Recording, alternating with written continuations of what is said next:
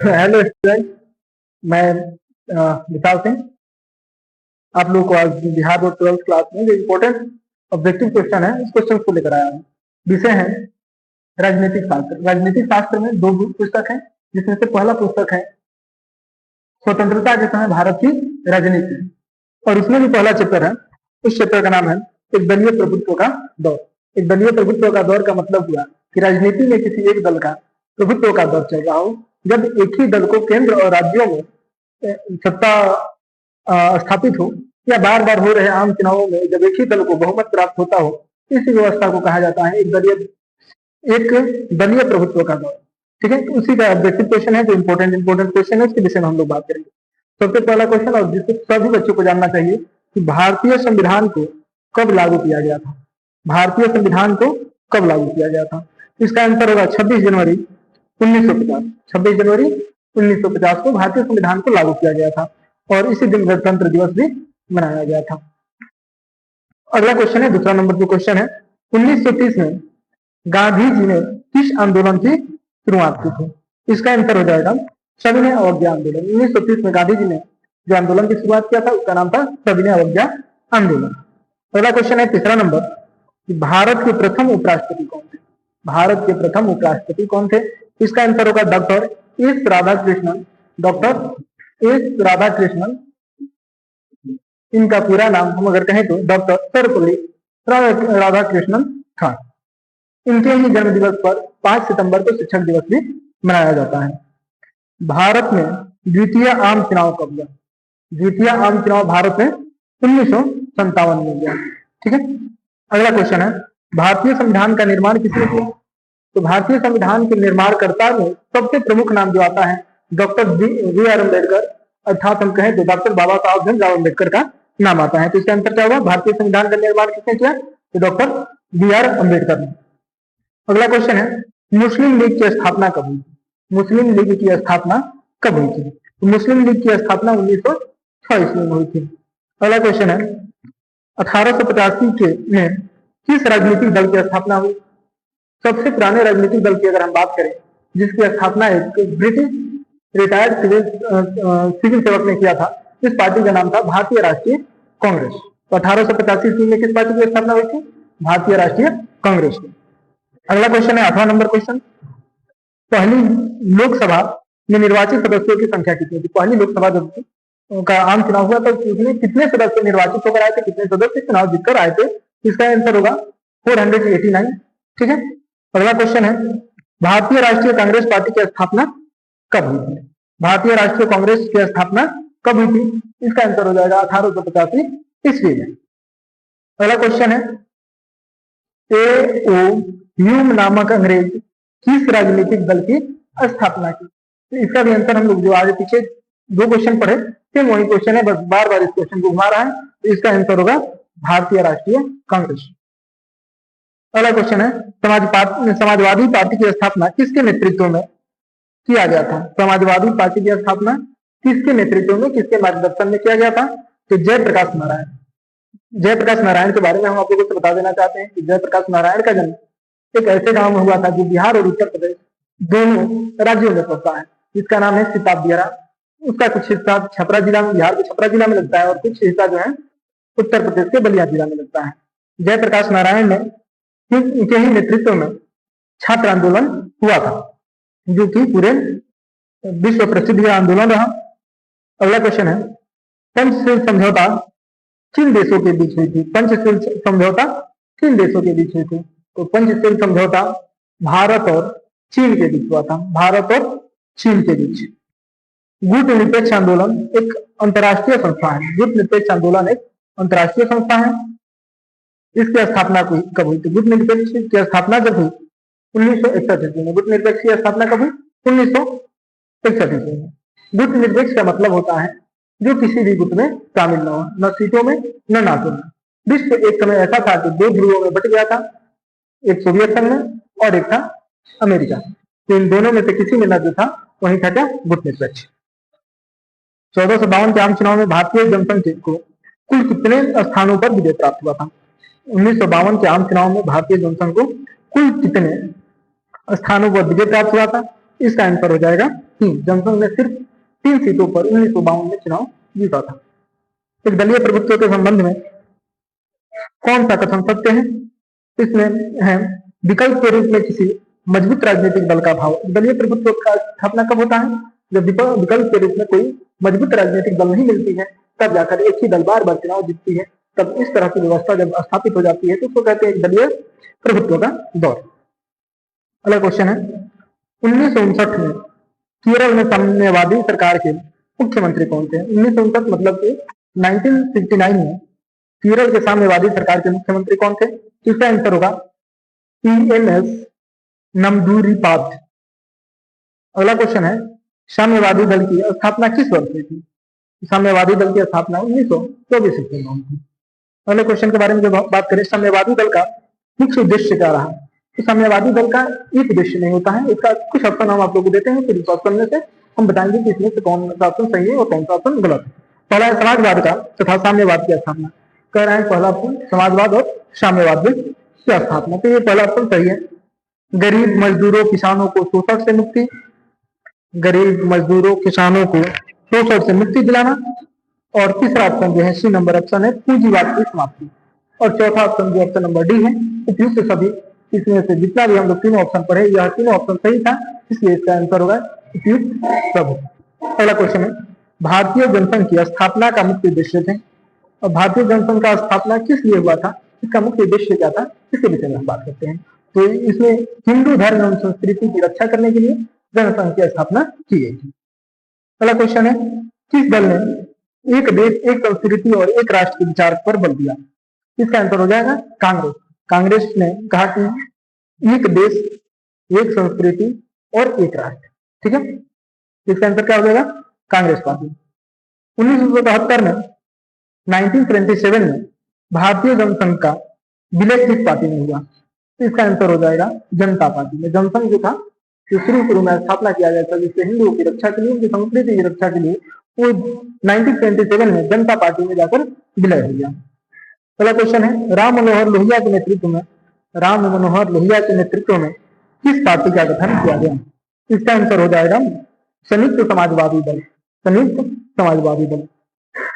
गांधीवादी समाजवाद की स्थापना करना इनमें से किस दल का प्रमुख उद्देश्य था?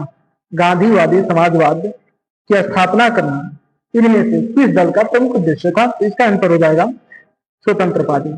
स्वतंत्र पार्टी का मुख्य उद्देश्य था गांधीवादी समाजवाद की स्थापना करना। स्वतंत्र भारत की प्रथम सरकार में गृह मंत्री कौन था? जब भारत आजाद हुआ तो उसमें पहले गृह मंत्री कौन थे? इसका आंसर हो जाएगा सरदार वल्लभ भाई पटेल। स्वतंत्र भारत के पहले गृह मंत्री के रूप में किसने काम किया था? सरदार वल्लभ भाई पटेल, जिन्हें लौह पुरुष के नाम से भी जाना जाता है। भारत जो खंडों में विस्तृत था उसके एकीकरण करने में सरदार वल्लभ भाई पटेल का बहुत ही महत्वपूर्ण योगदान रहा है। स्वतंत्रता के बाद विभिन्न रियासतों को भारतीय संघ में जोड़ने में किस भारतीय नेता का प्रमुख योगदान रहा है? अभी जो बता रहे थे वही क्वेश्चन फिर आया कि स्वतंत्रता के बाद विभिन्न रियासतों को भारतीय संघ में जोड़ने में किस भारतीय नेता का प्रमुख योगदान रहा? इसका आंसर हो जाएगा सरदार वल्लभ भाई पटेल। अगला क्वेश्चन है 1951 में 1951 में आचार्य कृपलानी कांग्रेस से अलग होकर किस पार्टी की स्थापना की? इसका आंसर हो जाएगा किसान मजदूर प्रजा पार्टी। किसान मजदूर प्रजा पार्टी।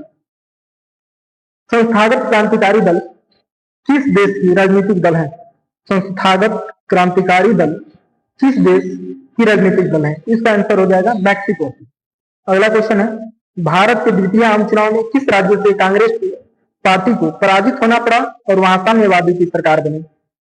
कह रहा है कि भारत के द्वितीय आम चुनाव, जब भारत में द्वितीय आम चुनाव हुए तो किस राज्य में कांग्रेस पार्टी को पराजित होना पड़ा? दूसरा आम चुनाव 1957 में हुआ था, जिसमें भारत का एक ऐसा राज्य था जहां पे कांग्रेस को पराजय का मुंह देखना पड़ा था और वहां पे साम्यवादी की सरकार बनी थी। वो कौन सा राज्य है? तो वह राज्य था केरल।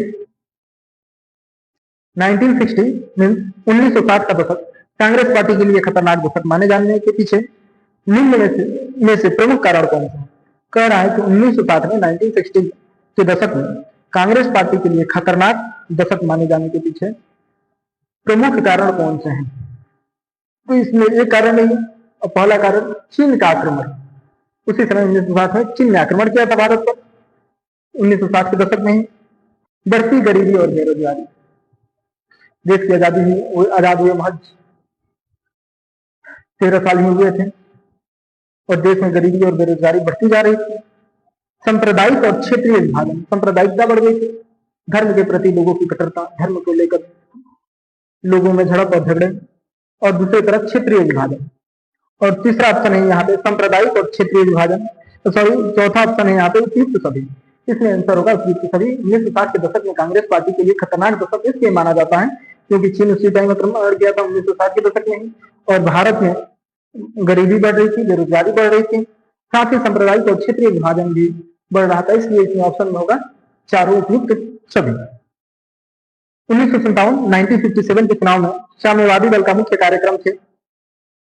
1957 के चुनाव में साम्यवादी दल का जो मुख्य कार्यक्रम था वो क्या था, इसके विषय में बात करते हैं। तो पहला ऑप्शन है राष्ट्रमंडल से भारत को अलग होना, राष्ट्रमंडल से भारत को अलग होना। ऑप्शन नंबर बी है विदेशी उद्योगों का राष्ट्रीयकरण करना, दूसरा विदेशी उद्योगों का राष्ट्रीयकरण करना, और तीसरा ऑप्शन है पूर्ण रोजगार एवं पूर्ण सामाजिक सुरक्षा, और चौथा है उपयुक्त सभी। कह रहा है कि राष्ट्रमंडल जो है उससे भारत को अलग होना चाहिए, दूसरा है जो विदेशी उद्योग है उसका राष्ट्रीयकरण होना चाहिए, तीसरा ऑप्शन है पूर्ण रोजगार, रोजगार जो मिले पूर्ण रूप से मिले, और पूर्ण सामाजिक सुरक्षा मिले, समाज में रह रहे सभी वर्ग सभी समाज के लोगों को पूर्ण सामाजिक सुरक्षा प्राप्त हो। और चौथा नंबर ऑप्शन है उपयुक्त सभी, जिसमें चौथा नंबर ऑप्शन हो जाएगा सभी। अगला क्वेश्चन है 1977 में अनेक समाजवादी गुट एवं साम्यवादी दलों ने किस दल में अपने आप को विलय कर लिया। कह रहा है कि 1977 में अनेक समाजवादी गुटों ने, जितने भी समाजवादी गुट थे जिसमें से अधिकतम उन साम्यवादी दलों ने किस दल में अपने आप को विलय कर लिया। तो उस पार्टी का नाम था जनता पार्टी। जनता पार्टी में सभी जो साम्यवादी, सभी नहीं कर सकते हैं, तो अधिकतर साम्यवादी और समाजवादी गुट शामिल होगा। गुट निरपेक्षता का अर्थ क्या होता है। गुट निरपेक्षता का अर्थ विश्व दो धड़ों में बटा हुआ था, एक सोवियत संघ एक अमेरिका, सीटों और नाटो में बटा हुआ था, लेकिन कुछ देश ऐसे थे जो न सोवियत संघ के साथ थे और न अमेरिका के साथ थे, और उसी प्रकार के देश जो थे उसको कहा गया गुट निरपेक्ष देश। तो इसमें आ जाएगा विश्व में, इसका आंसर होगा विश्व के किसी भी गुट में शामिल नहीं होना। गुट निरपेक्ष का मतलब होता है कि विश्व के किसी भी गुट में शामिल नहीं होना। अगला क्वेश्चन है समाजवादी पार्टी की स्थापना कब हुई। तो समाजवादी पार्टी की स्थापना 1948 ईस्वी में हुई थी। समाजवादी पार्टी की स्थापना 1948 ईस्वी में हुई थी।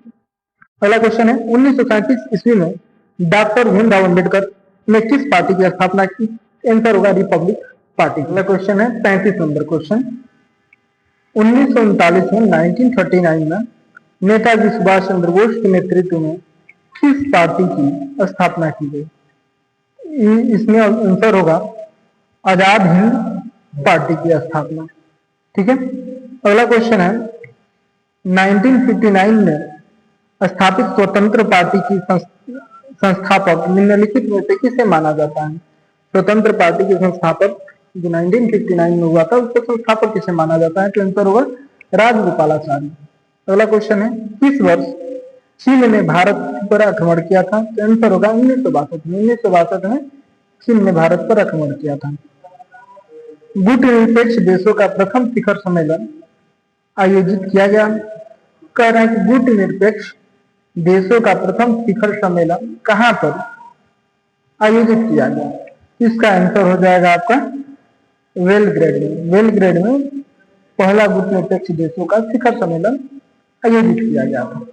अगला क्वेश्चन है जनता पार्टी, जनसंघ, कांग्रेस फॉर डेमोक्रेसी और संगठन कांग्रेस अप्रैल 1927 में विलय कर कौन पार्टी बनाए। तो इसका आंसर होगा जनता पार्टी।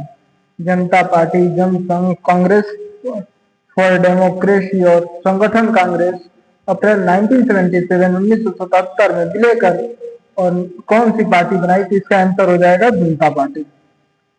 अगला क्वेश्चन है गुट निरपेक्ष की नींव रखने में किस भारतीय नेता का योगदान है। तो गुट निरपेक्ष का नींव रखने में सबसे बड़ा योगदान अगर किसी का है तो पंडित जवाहरलाल नेहरू का।